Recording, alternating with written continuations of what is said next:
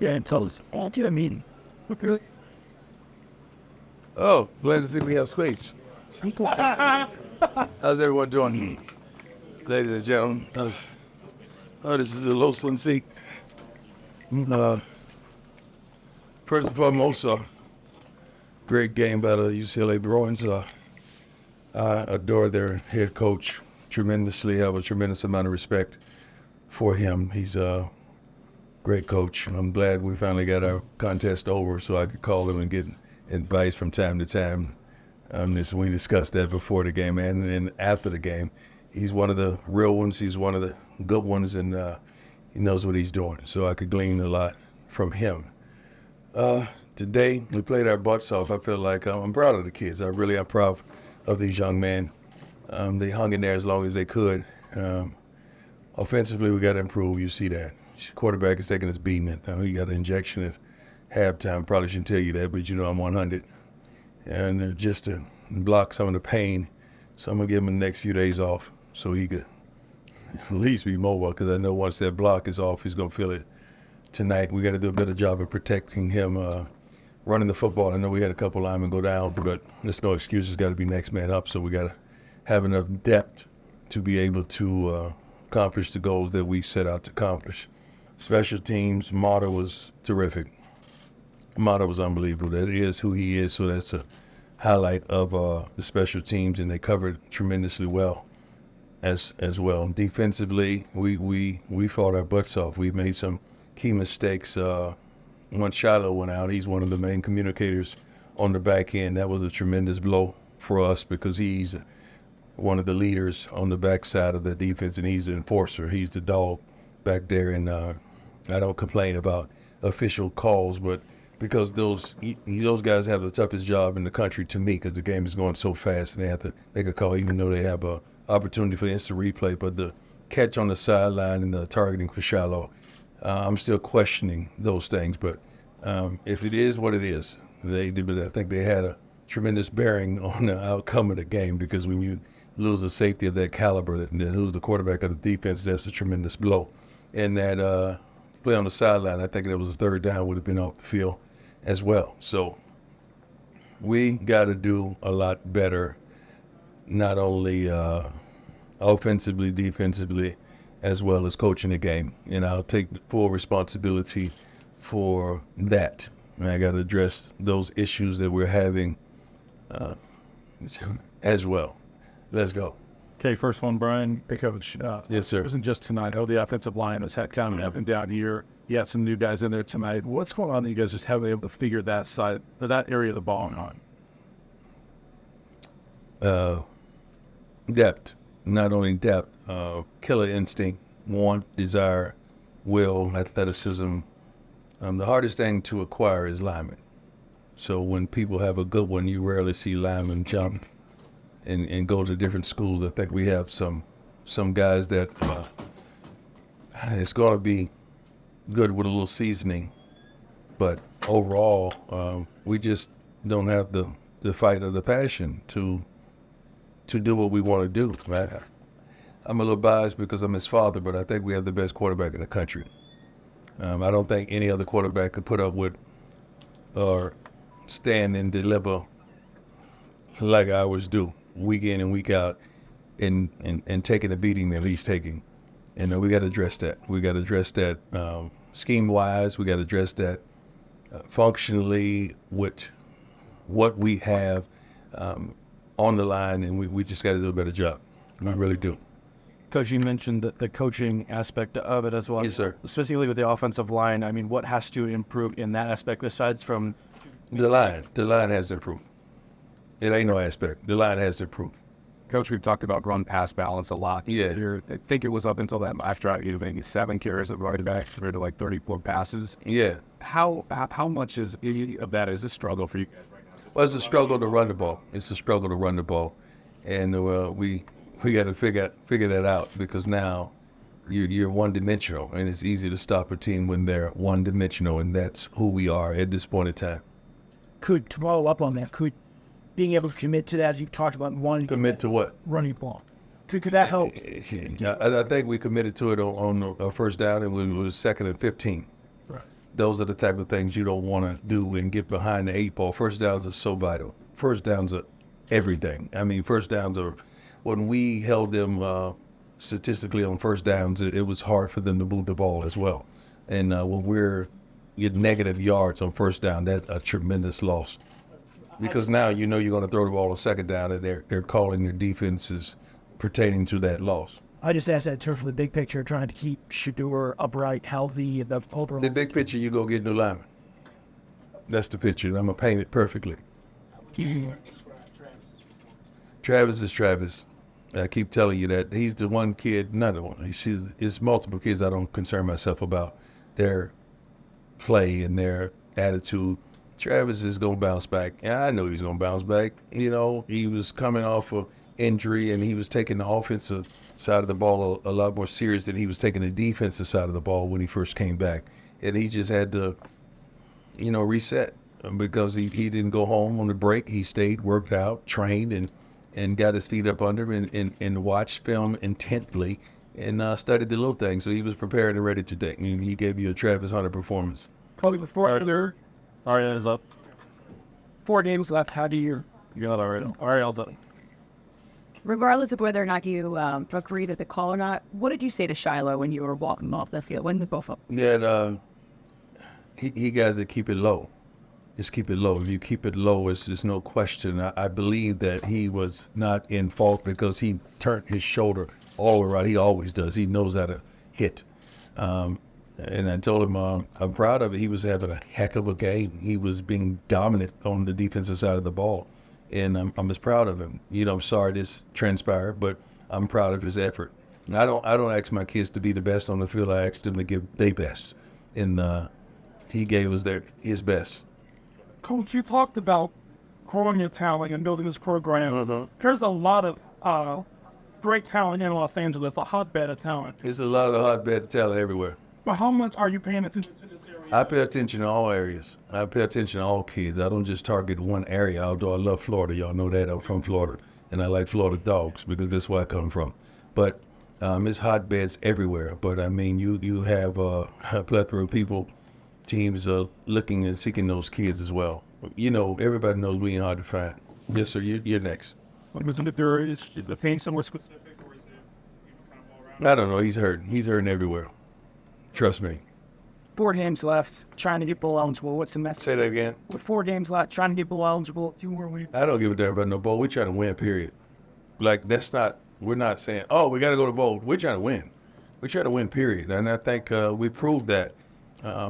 First half, the second half, I know we came back and gave it up in explosions as soon as the second half commenced, but the young men played a heck of a game. They really did. They played the butts off. Like, a lot of the mistakes we made, we know we could do better than that. And they forced them, but we made tremendous mistakes defensively. I'm not going to talk about offense. We made tremendous mistakes defensively that enabled them to do what they did.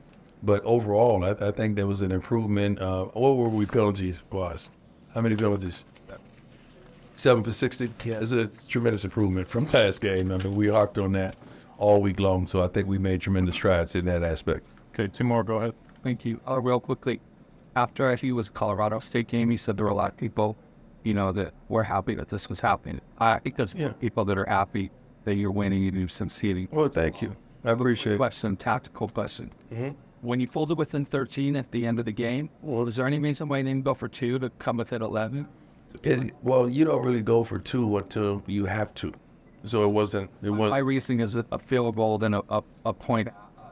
Yeah, once you get to that, like when you get to that point, you do what you have to do. But until you get to that, you don't take those chances at all whatsoever. Thank you, Coach Hammers. Hey, Coach Ron. Yes, sir. You always talk about improving the program. Yes, sir. About the mistakes. And what are the differences when you versus coaching versus teaching these young men?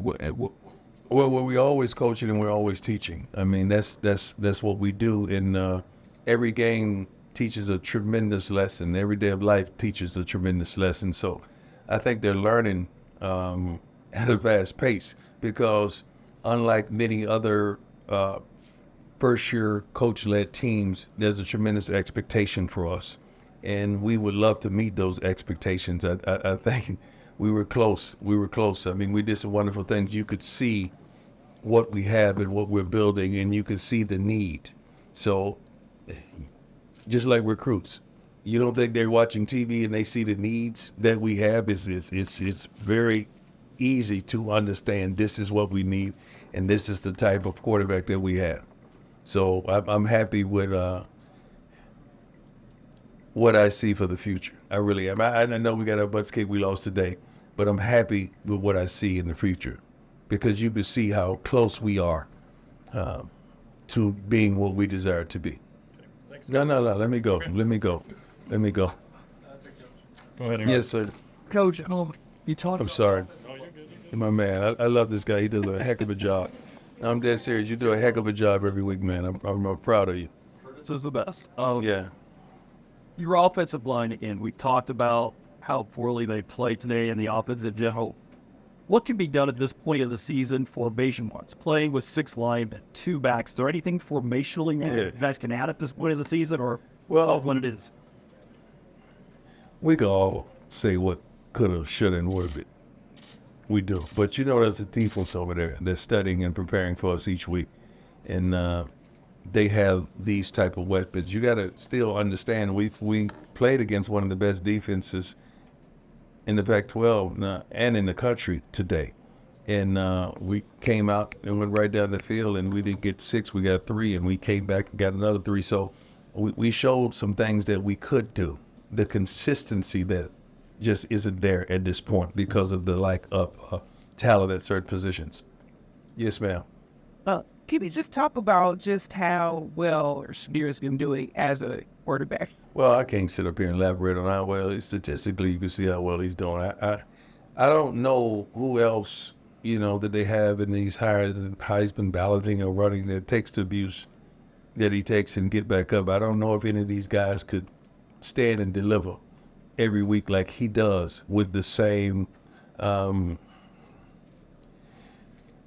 stress that he delivers from. So I'm proud of it. Not just as a father, but as a coach, I'm proud of his strides and what he's doing and what he's seeing.